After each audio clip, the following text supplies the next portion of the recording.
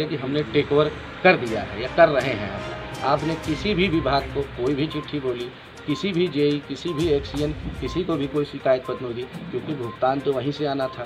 और क्या कहते हैं कि अगर हमने टेक ओवर कर लिया और टैक्स ना पे करते तो सरकार तो आपको ढूंढती। ये चिंता आपकी आज की क्यों?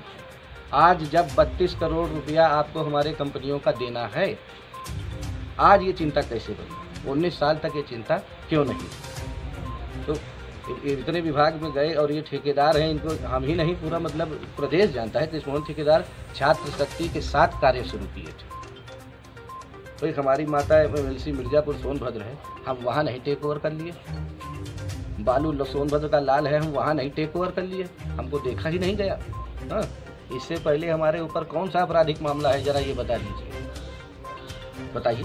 हमारी उम्र भी 32-34 साल हो गई, शुगर डायबिटिक हम भी हो गए, बाहर हमारे इतने नहीं चल रहे, मेटाबॉलिक एज 50 हो गया।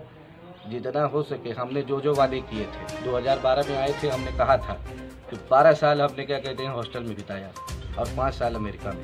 17 साल के अपने जीवन में 4-5 महीने हम स्कूल रहते थे, 1-2 महीने के लिए घर आते थे, साल में 2 बार घर रहते थे। आपकी तरह आज़ादी नहीं थी कि बाहर हम क्रिकेट खेल लें, हमें 4 दीवारी में रहना था। हम 4 दीवारी में रहते थे, पूछते थे कि पापा कहाँ है, लोग कहते थे कि वो क्षेत्र।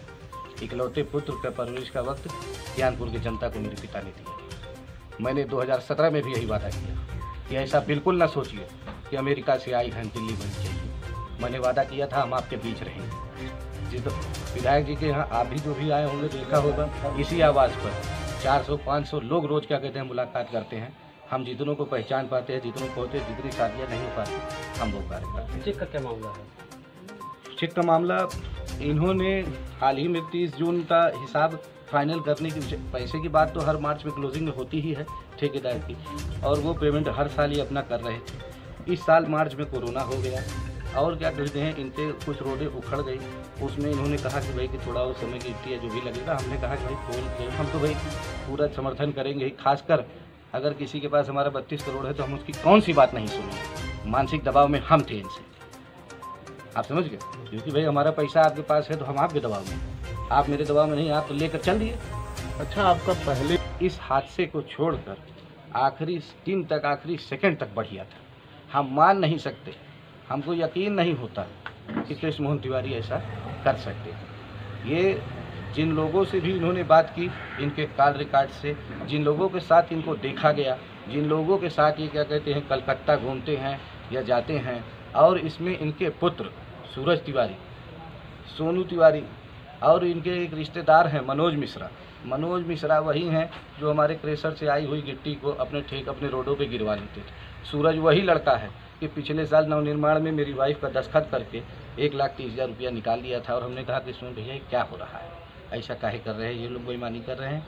तो हम किसी की यहाँ शिकायत नहीं करने आए हैं।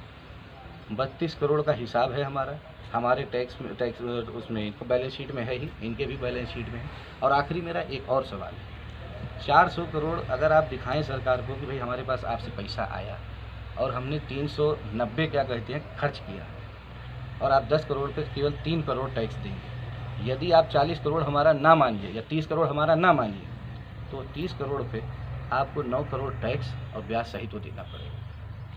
शायद ये इतने पढ़े लिखे नहीं है जिस लेवल का ये अपराध कर रहे हैं। ये पैसा हमको नहीं देंगे तो सरकार को टैक्स भी दें, और सरकार को हमको जवाब देना पड़ेगा कि इतना खनन करके, गड्ढा करके गिट्टी क्या हम पचा गए। ये कितने करोड़ के 3 बैंक में लगाए हैं और उनकी वैल्यू 27 करोड़ है। 2 और हमने लगाया था, वो हमारे HDFC बैंक में लगा। तो जैसे कि अभी आज छुट्टी हो, इसलिए वो इनका स्टेट बैंक का चेक था, वो 3 दिन में उसका भी रिजल्ट आ जाएगा। हमें कोई ज़्यादा उम्मीद है नहीं, वो भी बाउंस होंगे ही होंगे, बाउंस होंगे।